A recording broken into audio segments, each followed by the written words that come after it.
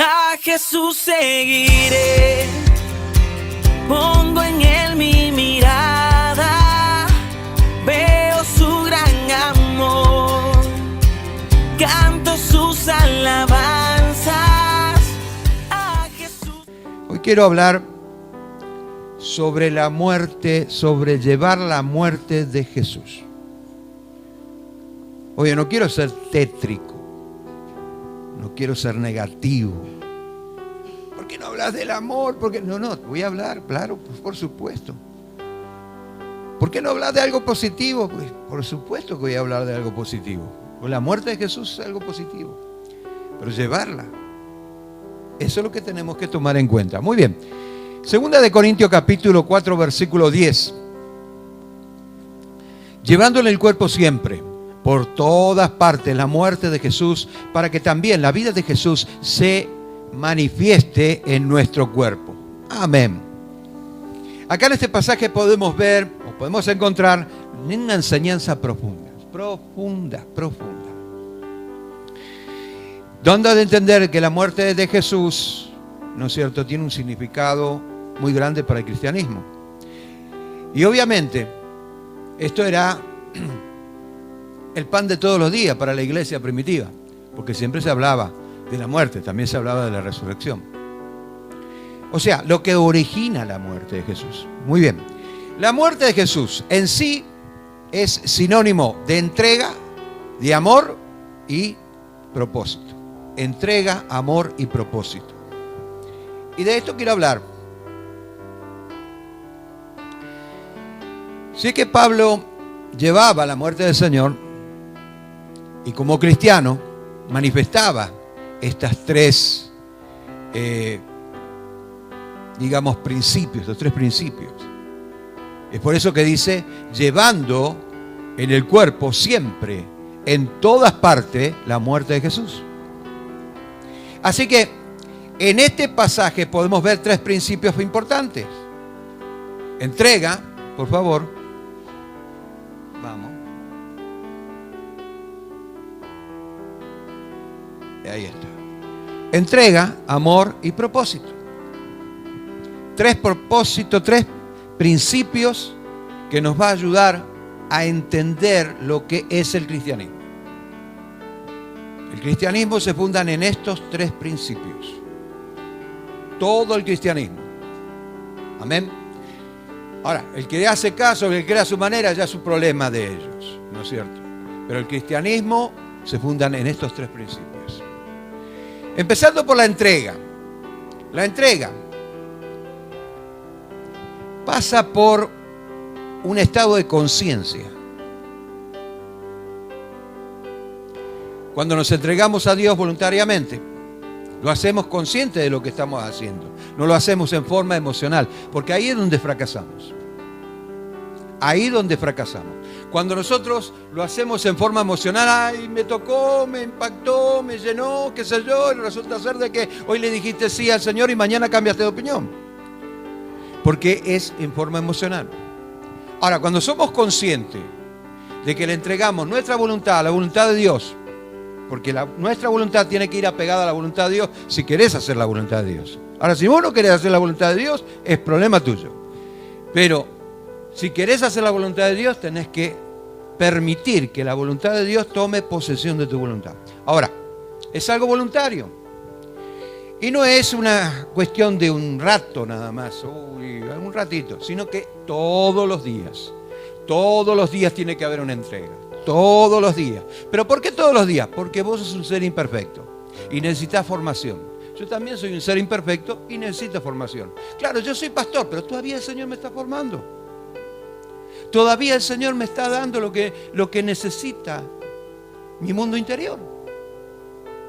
Todavía me tengo que realizar más en el campo espiritual, en el campo de la fe. No te creas que esta predicación es para vos nada más, es para todos. Y quiero que entiendan ese principio, porque continuamente tenemos que luchar contra nosotros mismos.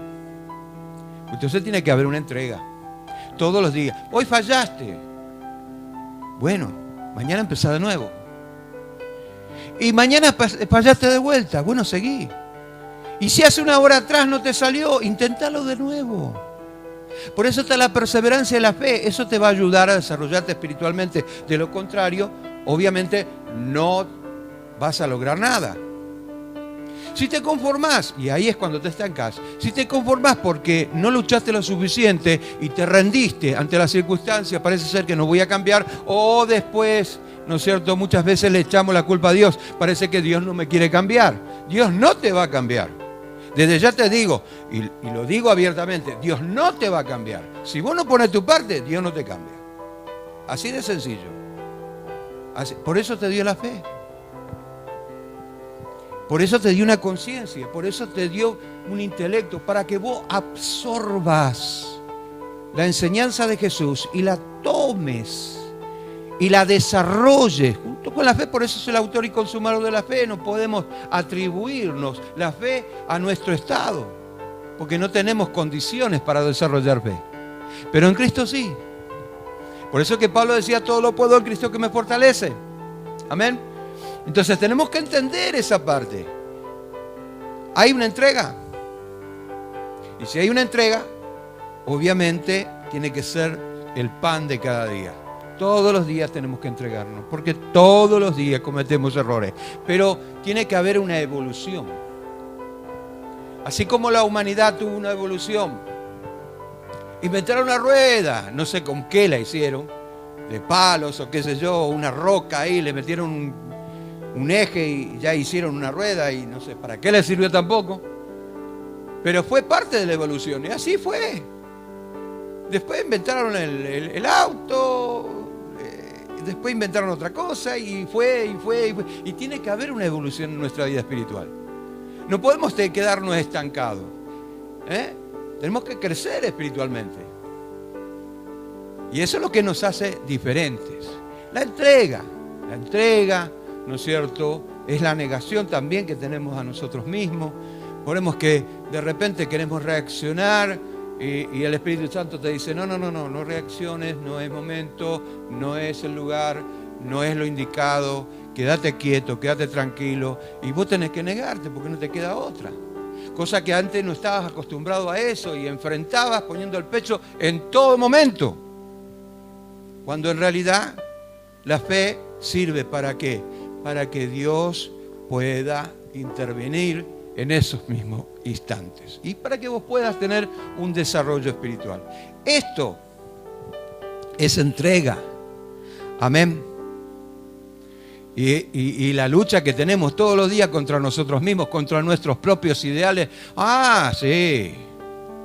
Eso es lo más, y por eso que el enemigo levanta a muchos obreros fraudulentos. La Biblia habla de obreros fraudulentos, obreros que de repente agarran y tuercen la Biblia, ¿no es cierto? Y uno empieza a tener otras doctrinas, y empieza a tenerlas, y se pone en contra del pastor, y se pone en contra de la enseñanza. ¿Por qué? Porque de repente vino y infiltró algo ahí. En vez de asumir, permitir que el Espíritu Santo esté obrando. Ahora, si vos ves algo que de repente está mal en aquel que está ministrando, estoy de acuerdo. Esta es una lucha. Son producidas por las tentaciones, y ahí va lo que yo acabo de decir, que recibimos de parte del enemigo.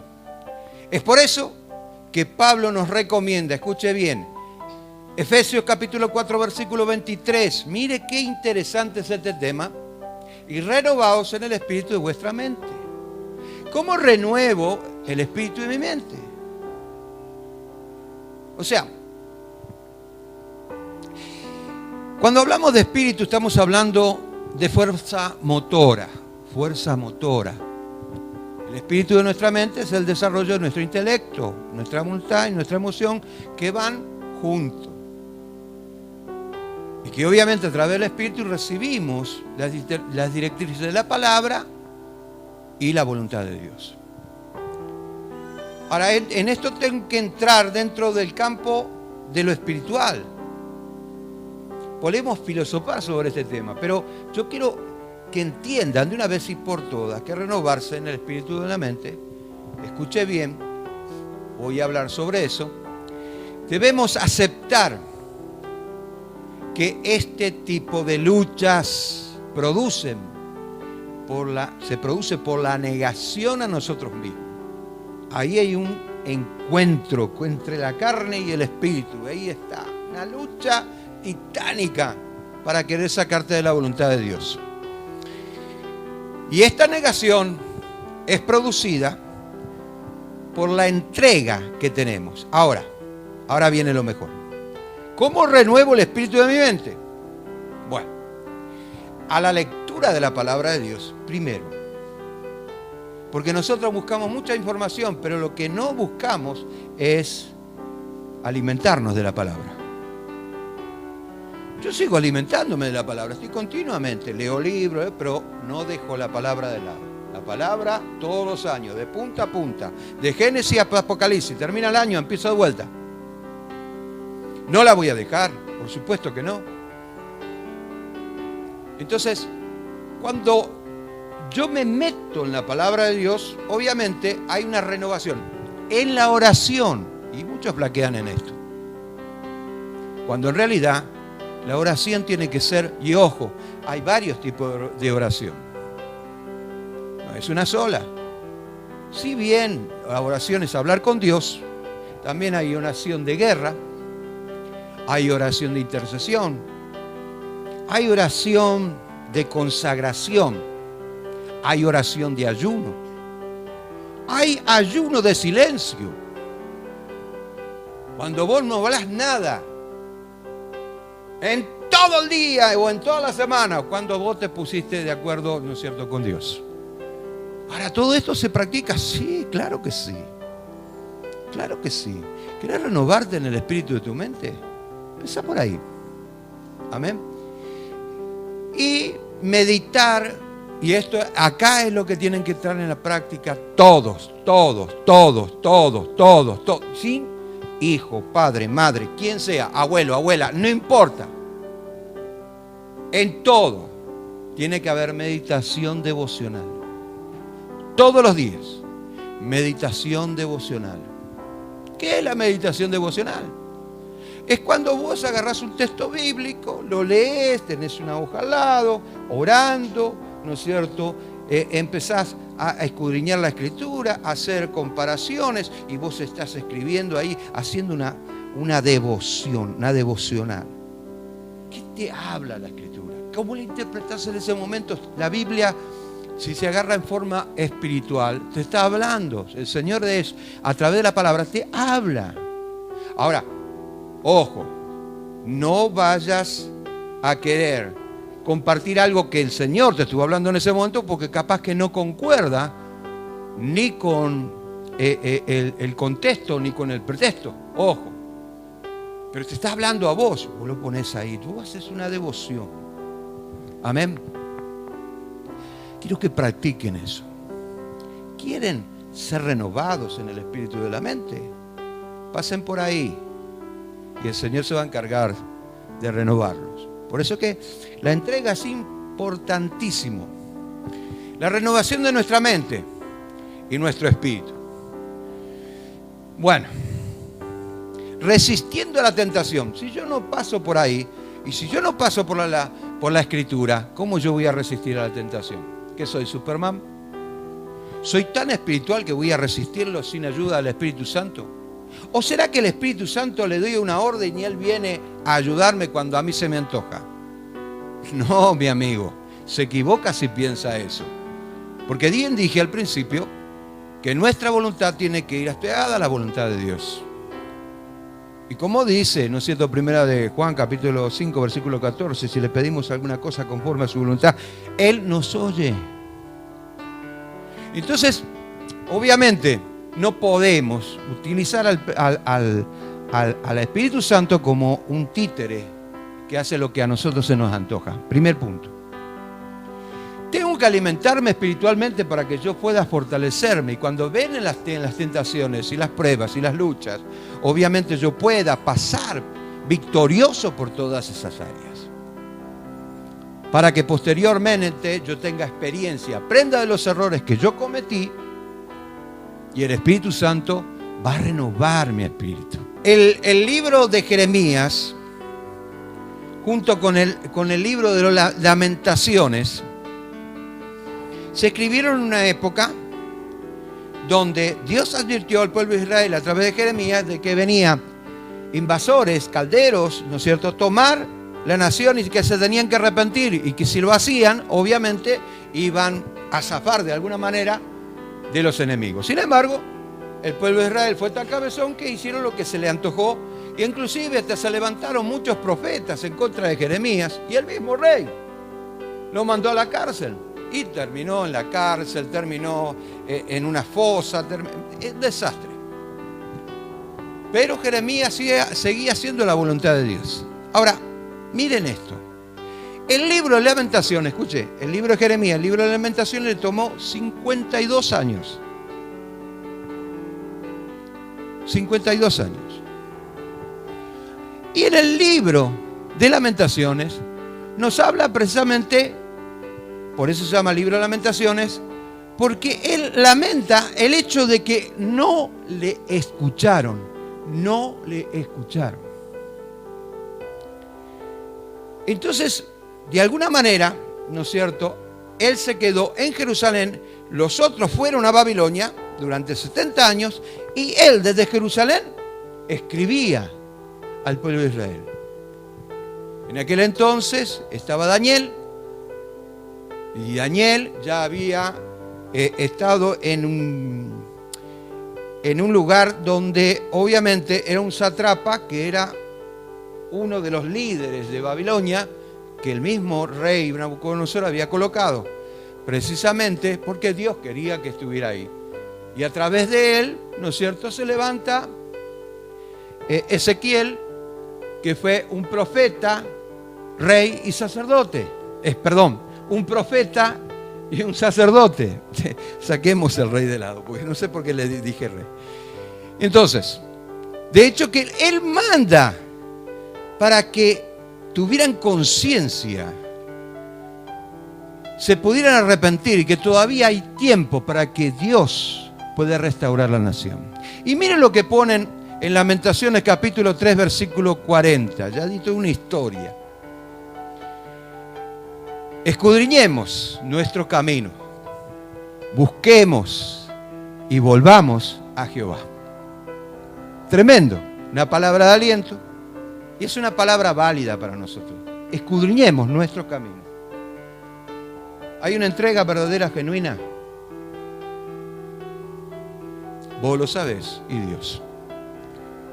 Ahora, la entrega produce gozo, que es una manifestación de la renovación. En Romanos capítulo 7, versículo 22, dice, porque según el hombre interior, me deleito en la ley de Dios. ¿Por qué se deleita en la ley de Dios? Si cuando leemos la ley de Dios, y yo te aseguro y te garantizo, porque yo leí las 613 leyes que hay en el Pentateuco, cada una de ellas, y te digo, son aburridísimas. ¿Por qué me deleito? Porque una persona que tiende a tener fortaleza espiritual se conecta con el Espíritu Santo, que es el que inspiró las leyes de Dios, entonces empieza a entender los propósitos de Dios en su vida. Amén.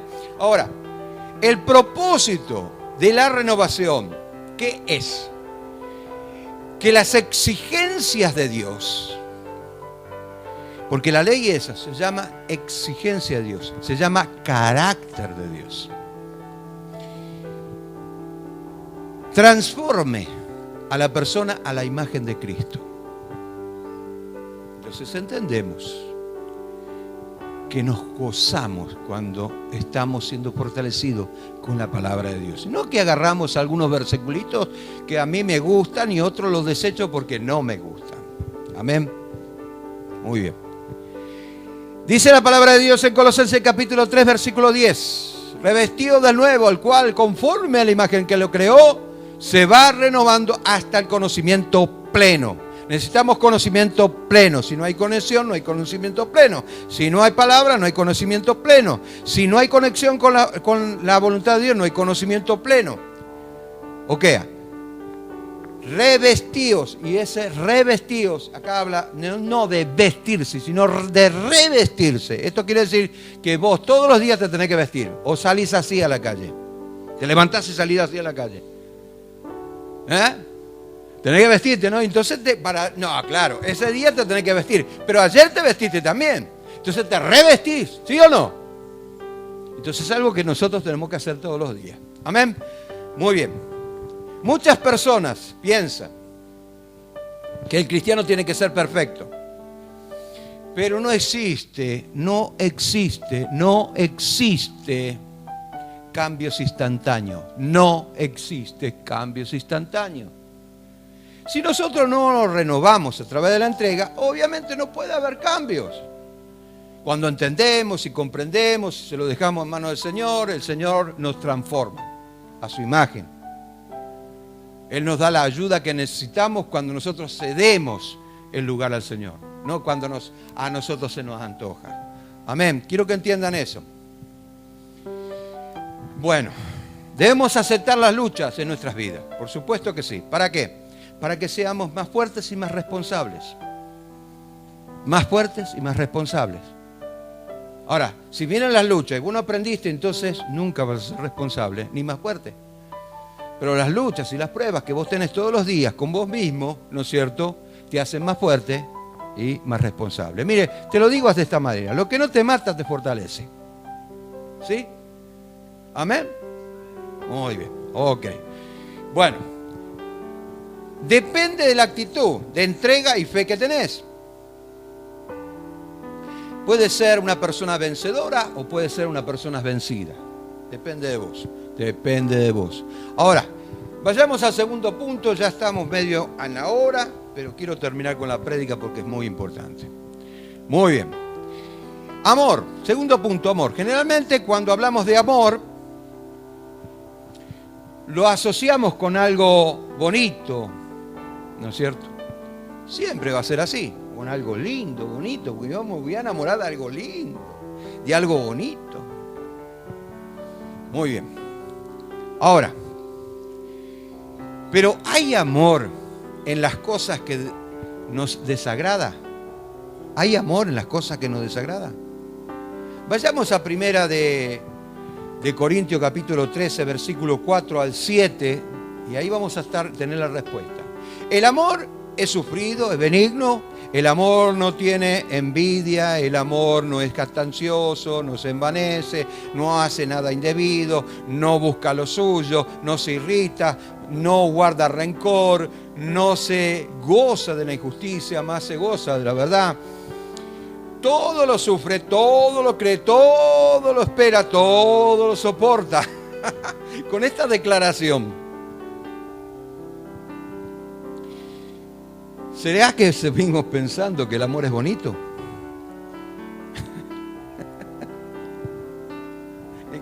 Atienda bien, porque uno dice, no, el amor esto, el amor el otro, pero resulta ser que no lo practica. Pero ¿será que todavía es bonito el amor? Obviamente está hablando del amor de Dios, el amor eterno, el amor inconmensurable de Dios. Y que a eso tenemos que ir apuntando. El amor sobrenatural. Pero no nos olvidemos. Pero es obvio que eso sobrenatural tiene que tomar nuestros corazones, manifestar la vida de Cristo en nuestra vida. Y obviamente cada vez vamos a ir aprendiendo más del amor, va a haber más entrega y obviamente vamos a entender más el amor. Y hacíamos cosas que nosotros antes no hacíamos. De repente ayudamos a una persona y somos capaces de quedar sin un centavo con tal de ayudar a una persona. No sé si vos lo haces. No lo digas. Muy bien, si lo haces o no, ya queda aparte. Pero esto es amor. Entrega. Amén.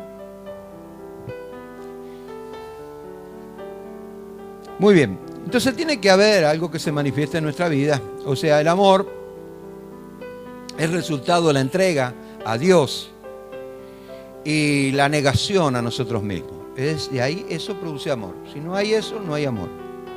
¿Ok? Porque el amor es entrega. Y vamos entendiendo la palabra de Dios y nos vamos aplicando a la palabra de Dios a nuestra vida y nos vamos fortaleciendo y el Espíritu Santo hace la obra. Producido porque, obviamente, hay un quebrantamiento espiritual. El Espíritu Santo se encarga de eso. Salmo capítulo 91, versículo 14 dice: por cuanto en mí has puesto tu amor, yo también lo libraré. Le pondré en alto por cuanto ha conocido mi nombre. ¿Conoces el nombre del Señor? Ah, quiere decir Dios salva. Yo soy. No, yo estudié el tetragramatón y sé lo que significa cada letra del abecedario hebreo. No importa un bledo eso, no es nada. ¿Conoces el nombre de Dios? Porque si yo conozco a una persona es porque tengo una relación con ella. Amén. Entonces, y Dios obviamente a través de que vos aprendiste tus errores, conociste la palabra, te metiste en la oración, tenés una buena relación con Él, Dios obra. Si lo querés entender, entenderlo. Si no lo querés entender, es problema tuyo. El amor de Dios, igual, ojo, que yo no lo digo porque tengo falta de amor, sino porque yo no puedo obligar a tu voluntad. La palabra se va a encargar de eso, pero alguien te lo tiene que decir. Amén. El amor de Dios solo se conoce a través de la entrega. Y acá vamos al tercer punto. Propósito. Nuestra vida tiene un propósito. Tiene un propósito. Y nadie puede sacarte de ese propósito. ¿Sabe quién te va a sacar de ese propósito? Vos mismo. Vos mismo. Igual que el destino de tu alma. Vos elegís. Entonces, siempre va a haber un predicador que te diga las cosas, las verdades bíblicas, aunque las malinterpretes o aunque no te gusten. ¿Por qué? Porque algún día te vas a presentar delante de Dios y no vas a tener excusa, porque alguien te lo dijo. Entonces, cuando digas una excusa, no, a mí nadie me habló, a mí nadie me dijo que tenía que hacer esto o esto otro, no, y te va a decir, sí, hubo alguien que te lo dijo, no tenés excusa. Entonces, obviamente, la palabra de Dios es espada de doble filo, ¿no? ¿Dónde está eso? Hebreo capítulo 12, Hebreo capítulo 4, versículo 12, que la espada de doble filo. ¿Por qué de doble filo? Porque corta para los dos lados, o corta para bendición o corta para maldición. Que se entienda eso, por favor. Practique la palabra de Dios, busque. No es perfecto, pero busque. Tiene que haber una evolución en su vida, tiene que haber algún crecimiento. Si no hay crecimiento, no hay nada.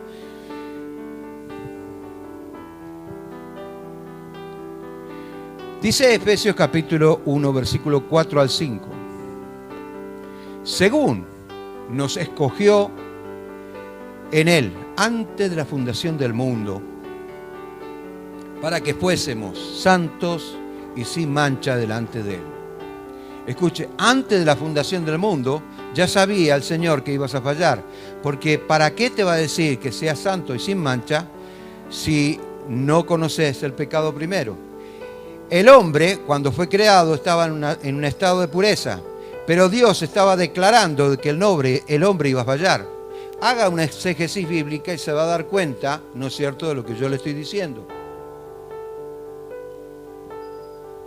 Ahora, en amor, habiendo predestinado para ser adoptados hijos suyos, por medio de Jesucristo, según el puro afecto de su voluntad.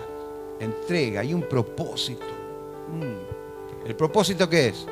El propósito es que vos entiendas que tenés que estar dentro de la voluntad de Dios y Dios te va a dar lo que ya predestinó desde antes de la fundación del mundo para que vos hagas.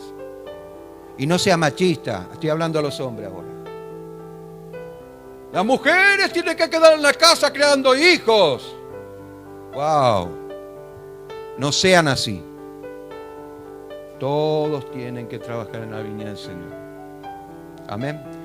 Todos merecen crecimiento. Y si no ponen su parte, nunca va a haber crecimiento. Este es el propósito para el cual nos ha escogido Cristo. Es de restaurar la imagen de Dios en el hombre a través de Cristo. Y la restauración lleva 3 pasos fundamentales. Vayamos, por favor. 3 pasos fundamentales. Bueno, el primero, en lo personal, salva tu alma. La salvación es unipersonal, nadie va a salvar tu alma. Vos vas a decidir qué destino le vas a dar a tu alma. En lo familiar, la restauración, dándole el propósito original por la cual fue creada. La familia fue creada con el propósito de que el reino de Dios se establezca en la tierra. Y el enemigo lo que hace es que su reino se establezca en la tierra. Entonces, entendamos el propósito de Dios. Mundial. Contarle a este mundo el tiempo determinado que va a durar la gracia. No va a durar por siempre, ni para siempre. Algún día se va a terminar la gracia. ¿Y cuando se termina la gracia? ¿No es cierto? El Espíritu Santo se va. Se va. Las trompetas suenan, la iglesia es arrebatada y vamos a ir todos con el Señor. Va a haber un juicio, que es el juicio de Cristo. Y otros que van a quedar ahí, ¿no es cierto?, para el juicio del trono blanco. No es mi tema, pero me gustaría que más adelante poder explicar ese tema y hablar sobre el reino de Cristo. Muy bien. La declaración de Pablo de llevar la muerte de Cristo en su cuerpo es una expresión de una persona que se siente identificada con la muerte de Cristo. En su muerte pagó un precio por mí. ¿Quién no lo sabe? Claro que sí, pero una cosa es saberlo y otra cosa es experimentarlo. El significado de la muerte es vida. Cristo, en Cristo. Ahora, yo debo entender que la muerte de Cristo es una oportunidad de vida para mí. Yo sé que resucitó, yo no adoro a un Cristo muerto. Pero la muerte de Cristo abrió la puerta estrecha, para que yo pueda disfrutar de la vida en Cristo. Como cristiano. Y me hizo librar a través de la entrega, el amor y el propósito. Entrega, amor y propósito. Ahora, la responsabilidad de Pablo era pasar vida a otro. Y esa es la responsabilidad de cada uno de nosotros, como cristianos. Ojo, no le estoy hablando a los pastores, no le estoy hablando a los siervos, no le estoy hablando a los obreros, no, le estoy hablando al cristianismo en general. En general. El cristianismo en general, te guste o no te guste, el cristianismo en general tiene que pasar por esto. Mateo 10:8. Sana de enfermos, limpiar leprosos, resucitar a los muertos, echar fuera demonios, da de gracia recibiste, da de gracia. Oh, no, da de desgracia, de desgracia. No, da de gracia. Amén. Muy bien. Esto quiere decir que los mismos principios que Él, estoy hablando de Jesús, usó con nosotros, también nosotros debemos usarlo con otros. Entrega, amor y propósito. Entrega, amor y propósito. Para culminar, volvamos a leer. 2 Corintios 4:10 dice, llevando en el cuerpo siempre, por todas partes, la muerte de Jesús, para que también la vida de Jesús se manifieste en nuestro cuerpo. ¿Entendemos lo que es la muerte de Jesús? ¿Llevar la muerte de Jesús? ¿Sí o no? ¿Estás llevando la muerte de Jesús? Bueno, si lo llevas, vas a pasar vida. Entonces, como vimos al principio, La muerte de Cristo conlleva 3 principios: entrega, amor y propósito. Sin estos 3 principios, no podremos manifestar la vida de Jesús en nosotros. A Jesús seguiré.